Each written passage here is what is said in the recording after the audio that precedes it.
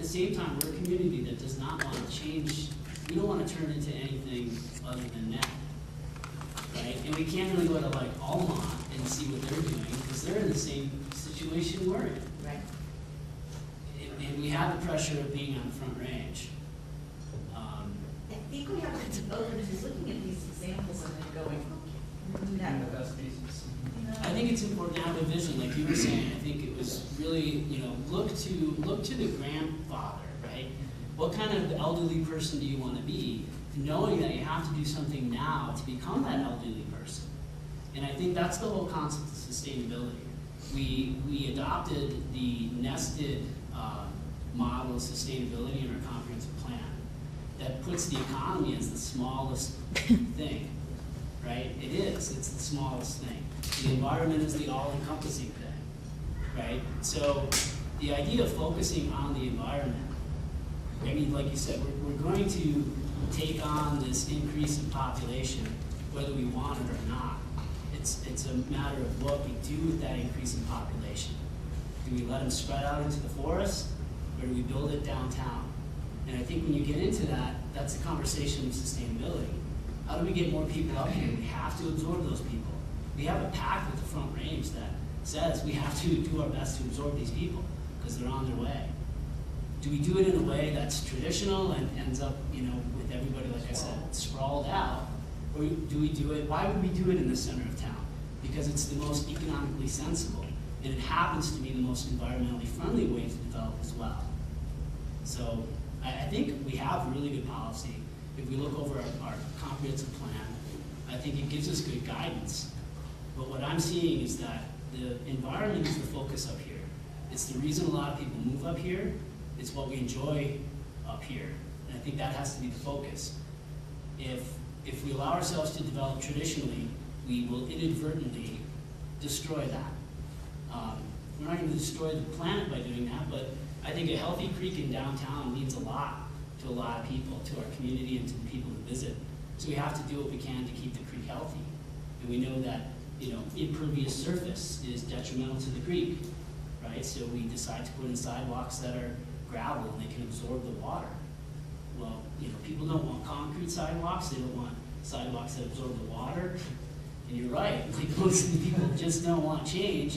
And when you ask them for a solution, you say, this is what we're trying to do. If not this, then what do you recommend? You really can figure out who's the sheep and who are the cave people, because they don't have any ideas. So I think we have good policy. I think you have a really good presentation. The only thing I would change is to have that same demographics, or whatever you want to call it, with ecology. I think that would mean a lot. Would you guys think? And I think, just a second. I think what we can do now is we have a way forward. I mean, you've got some notes and put together some of these resources. I think it would be good if everyone around the table, or we can get an email with the links to the DCI, some of these other studies that were brought up, some of this, you can reach out to other people with some of the past information to make it a little bit as widely distributed.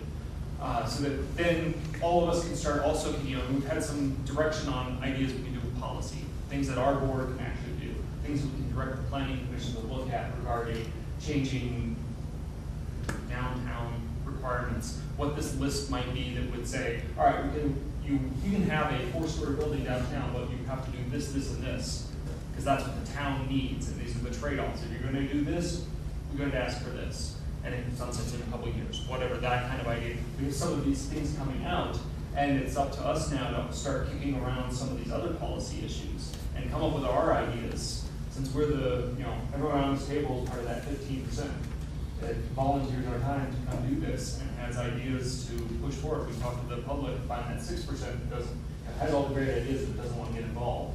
We need to bring those in now and figure out where to go in the next few months so that we can keep this moving forward, both on the affordable housing issue and also on the downtown development issue, how to grow the economic base. It's going to boost our revenue so that we have more chance to do these projects. Well, I think identifying the grandfather city is a huge visual aid. It's like if we can look at something and say, okay, this looks like kind of where we want to go, then instead of having to reinvent the wheel, we ask them how they got there. Right. reach out I to our, think you know. that identifying a couple of those cities would be really a great start. Yeah, I would just say it certainly opened my mind to things I had never thought about in Med, that I had never kind of envisioned. And it's just the process itself and kind of the conflict of, you know, supplying so many services to people in outlying areas and some of the things that I think are real problems. And I'm very familiar with Durango and Driggs and Teton Valley, Idaho. That's a different animal, but it's similar in a lot of ways to here because it's super small. You know, so I think there's some things to look at. And I think all of us can find examples. When I first went to Fort Collins for the first time, I had my camera out taking pictures, bike racks and seats and things that they obviously had done that made the place feel like someplace you wouldn't want to hang out. You know, they'd spent some money doing some things that made it unique. So I think we can all learn from those experiences, and I think Ned will always be a little eclectic. You know, it's going to be. I don't think anyone, you know, has the vision of it's got to be mining or it's got to be woodsy or what. I mean, it's going to be a little bit eclectic, I would think, and it'll be cool in some weird way. But I think we can get there. But it certainly opened my mind to things I hadn't thought about. So good job. Nothing else good that. Last question. What makes a developer change their mind between deciding to build a single-story building that's going to have some $20,000 per acre versus something that's maybe a three-story building, mixed use, it's going to have $100,000 per acre? Is it developers smart, or is it that the town has good policies in place that had some kind of incentive? Is it that the town had policies in place that were restrictive, that said you had to do that? So that's my key. I think that's my key problem I have with this town. What our listeners for us is a developer can go in right now in a particular location in downtown and do what they want by right.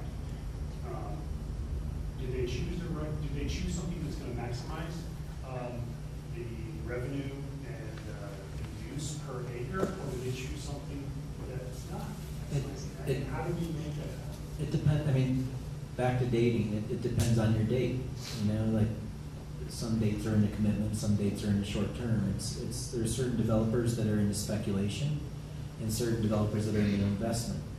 You know, choosing your partner is kind of takes some investigation. The case of our real estate development company, we're what's known as a patient investor, that we take less return because we're into a long-term return. We see the company as a revolving fund, so we can continue to do projects. There are certain developers that want to have 12% of their return in 5 years. Personally, even having worked in that industry, I think that's kind of disgusting. You know, I think your community is longer than a 5-year window, but it's pretty easy to do that. It's pretty easy to do that development. I can come in and throw up a strip mall. If I know that your numbers are here and I'll just pull your DOT numbers. You know, you can say you can control anything here, but then there's the reality of what's going on in the numbers. And I'll pull the number of households you have, I'll pull the number of people that are on the highway, and if I know that I can throw up a strip mall with a subway in it, I'll do it. You know, and I'll make my money. And there's a whole world of developers that do that. So inadvertently, by not acting, you're still going to get something. One of these basic analogies that makes you think that, okay, if I'm in the date, maybe if I want something better, then I just have to raise my standards. Exactly. You want like maybe a If I raise my standards, college then I just won't education. date you if you don't have the same Yeah. standards. Well, also the market issues. Yeah. It's your marketing process. Standards are our policy, Yes. and that's our policy.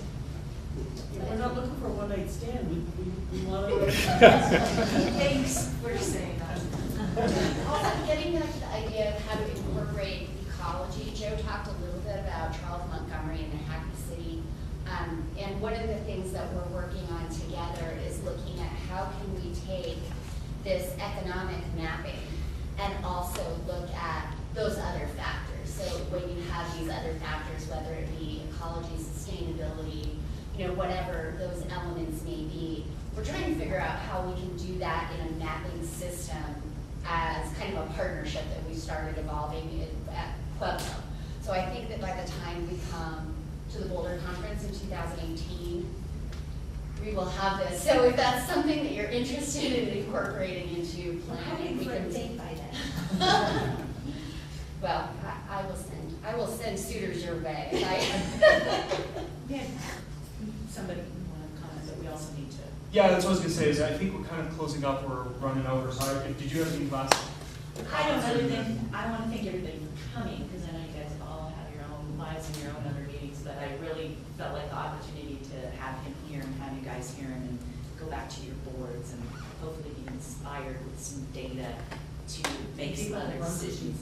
It's very, very, it makes me very happy. And then thanks to all for coming and sticking it out. Yeah, I just want to also thank you for coming. Hopefully we'll continue to work with BCI and the EPA and move forward and, find that long-term relationship we all are looking for.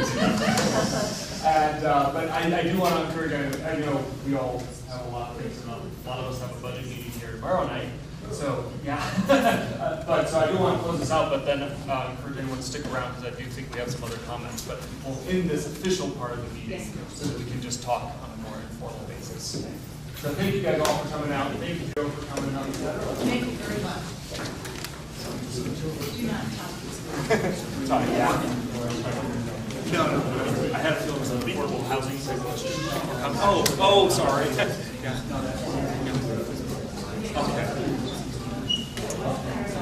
Okay. Yeah.